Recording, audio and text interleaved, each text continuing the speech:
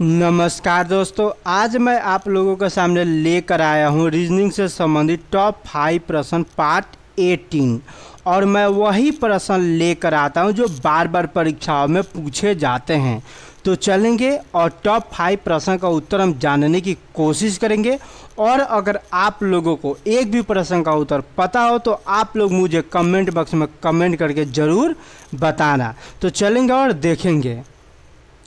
तो प्रश्न नंबर 1 है कि नीचे दिए गए विकल्पों में से संबंधित शब्द को चुनिए। यहाँ पे क्या करना है, हमें संबंधित शब्द चुनना है। जैसे यहाँ पे m गुने n बराबर में दिया हुआ है 13 गुने 14, उसी प्रकार आपको बताना है कि f गुने r बराबर में क्या होगा। तो सबसे पहले तो हमें ये देखना है कि m गुने n बराबर में 13 गुने 14 में क्या अंतर है, क्या डिफरेंस है, क्या रिलेशन है। तो चलेंगे और देखेंगे। तो अगर हम यहाँ पे बात करें कि m कितने नंबर पे आता है, तो m हमारा आता है 13 नंबर पे, जो हमें ये रहा दिया हुआ है। और n कितने नंबर पे आता है, तो n हमारा 14 नंबर पे आता है, जो हमें दिया हुआ है।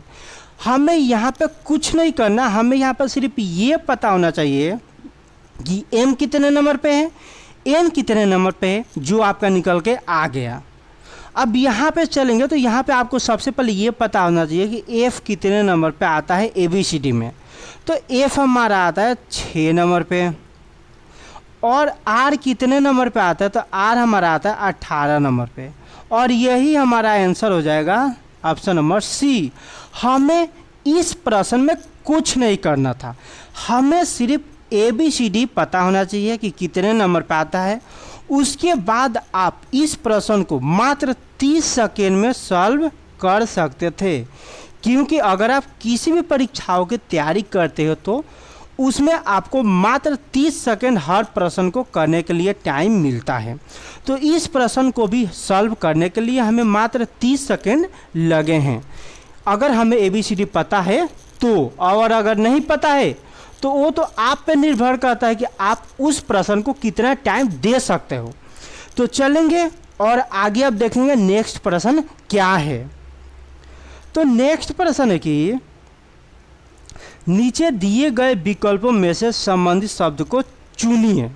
अब यहाँ पे हमें देखना है कि 16 से 56 कैसे आया, और उसी प्रकार 32 के आगे क्या होगा। तो सबसे पहले तो हमें ये देखना है कि 16 से 56 कैसे हुआ। तो मान लो कि 16 में मैंने 3 से गुना कर दिया, तो 16 का 16, 16 दूना 32, 16 तिया 48 हो जाता है। लेकिन यहाँ पे 56 है, तो अब हम क्या करें। तो देखो, अगर मैं आपसे पूछूं कि 16 के आधा कितना होता है, तो 16 का आधा बताने के लिए आप इसमें 2 से क्या करोगे, भाग करोगे, तो आपका निकल कर आ जाएगा 8।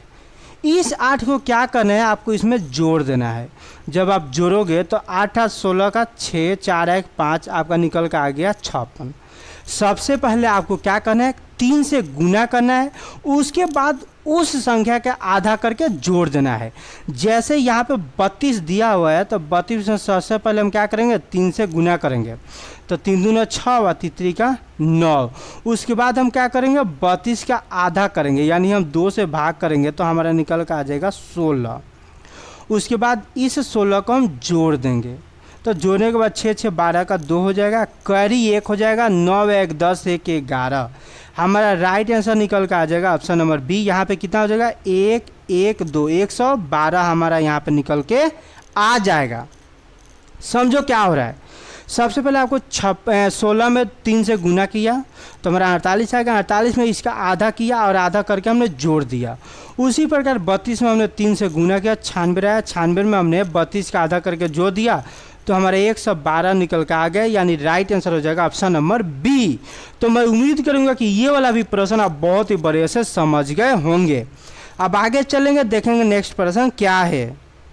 तो नेक्स्ट प्रश्न है कि नीचे दिए गए विकल्पों में से संबंधित शब्द को चुनिए। जैसे यहाँ पे आपके सामने दिया हुआ है सुरक्षित का निरापद, उसी प्रकार यहाँ पे बताना है कि रक्षा करने का क्या होगा, रक्षा करने का क्या होगा।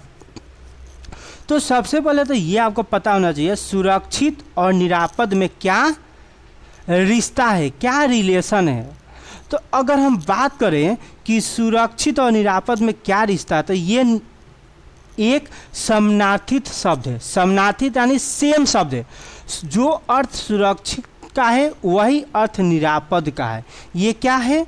ये समानार्थित है यानी सेम शब्द, समानार्थी यानी सेम शब्द है। उसी प्रकार रक्षा करने का सेम शब्द क्या होगा? चौकसी करना होगा, पाशित करना होगा, निश्चित करना होगा या परिरक्षित करना होगा, यहाँ पे आपको बताना है। तो यहाँ पे जो हो जाएगा रक्षा करने का समानार्थित शब्द वो हो जाएगा option number A. Option number A हो जाएगा चौकसी करना। रक्षा करने का समानार्थी शब्द चौकसी करना हो जाएगा, यानी राइट आंसर हो जाएगा ऑप्शन नंबर ए। तो मैं उम्मीद करूंगा कि ये वाला भी प्रश्न आप बहुत ही बढ़िया से समझ गए होंगे। अब आगे चलेंगे और देखेंगे नेक्स्ट प्रश्न क्या है। तो नेक्स्ट प्रश्न है कि निम्नलिखित में से रिक्त स्थान पर आने वाली संख्या क्या होगा? रिक्त स्थान पर आने वाली संख्या क्या होगा ये आपको बताना है। जैसे यहाँ पे दिया हुआ है 45 का 36, तो 36 का क्या होगा ये आपको बताना है। तो चलेंगे और देखेंगे कि इसका आंसर क्या होगा। तो देखो यहाँ पे हमें दिया हुआ है 45, यानी जब आप 45 में 4 और 5 को जोड़ते हो तो आपका निकल के आ जाता है 9। उसी प्रकार यहाँ पे 36 दिया हुआ है, जब आप 3 + 6 करते हो तो आपका निकल के आ जाता है 9। यहाँ पे भी देखते हो तो 3 + 6 करते हो तो आपका निकल के आ जाता है 9। अब उसी प्रकार इसमें बताना है कि किसको जोड़ने के बाद 9 आ रहा है। तो चलते हैं ए में देखते हैं। तो ए में 7 और 1 को जोड़ते हैं तो यहाँ पे 8 आएगा, तो ये तो होगा नहीं। अगर हम बी की बात करते हैं तो बी में अगर हम देखते हैं कि 5 और +4 को जब हम जोड़ते हैं तो 9 आएगा, यानी यही राइट आंसर हो जाएगा। यहाँ पे चलते तो यहाँ पे 6 और 1 7 आएगा, जो ये भी नहीं होगा। यहाँ पे चलते तो यहाँ पे 6 और 4 10 होगा, ये भी नहीं होगा। यानी यहाँ पे राइट आंसर हो जाएगा ऑप्शन नंबर बी यानी 54। यहाँ पे हो जाएगा ऑप्शन नंबर बी यानी 54 राइट आंसर हो जाएगा। तो मैं उम्मीद करूँगा कि ये वाला भी प्रश्न आप बहुत ही बढ़िया से समझ गए होंगे। अब आगे चलेंगे और देखेंगे नेक्स्ट प्रश्न क्या है और आज का लास्ट प्रश्न। तो यहाँ पे है कि निम्नलिखित में से संबंधित शब्द चुनिए। जैसे यहाँ पे आपके सामने दिया है T/J का क्या दे दिया? 2 दे दिया। उसी प्रकार X/H बराबर में क्या होगा? तो सबसे पहले तो हमें ये देखना है कि यहाँ पे 2 कैसे आया, उसी प्रकार यहाँ पे वही संख्या आ जाएगा जो इसका रिश्ता होगा।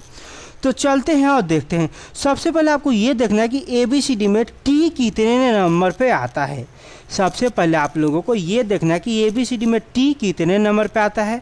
तो T हमारा आता है 20 नंबर पे। और J कितने नंबर पे आता है? J हमारा आता है 10 नंबर पे। और जब आप इसमें से भाग दोगे तो ये 2 आ जाएगा। यही 2 हो सकता है यहाँ पे दिया होगा, हो सकता है। अब आगे चलेंगे और चेक करेंगे भाई। तो मान लो कि यहाँ पे x दिया हुआ है, तो x का मान लो कि मैंने x कितने नंबर पे आता है ABCD में, तो ये आता है 24 नंबर पे। और h कितने नंबर पे आता है? तो h हमारा आता है 8 नंबर पे। और इसमें हम भाग देते हैं तो 8 का 24 यानी कटने के बाद 3 आ जाता है, यानी यहाँ पे राइट आंसर हो जाएगा 3, यानी ऑप्शन नंबर बी। ये जो है सही है। यानी हमें ये देख लेना है कि t कितने नंबर पे आया। तो T हमारा 20 नंबर पे आया, J हमारा 10 नंबर पे आया। हमने भाग दिया तो हमारा 2 निकल के आ गया, और यही 2 हमें दिया हुआ है। यहाँ पे एक समय आ गया निकल के। सबसे पहले देखा तो 24 नंबर पे, H हमारा आ गया 8 नंबर पे। जब हमने इसमें भाग दिया तो आ गया 3, और यही हमारा राइट आंसर हो जाएगा ऑप्शन नंबर बी। तो आज का क्लास यहीं तक था। मैं उम्मीद करूंगा कि ये वीडियो आप लोगों को पसंद आया होगा। अगर वीडियो पसंद आया होगा तो वीडियो को लाइक करें और दोस्तों के साथ शेयर करें और चैनल को सब्सक्राइब कर लें। ठीक है, बाय दोस्तों, हैव अ नाइस डे दोस्तों।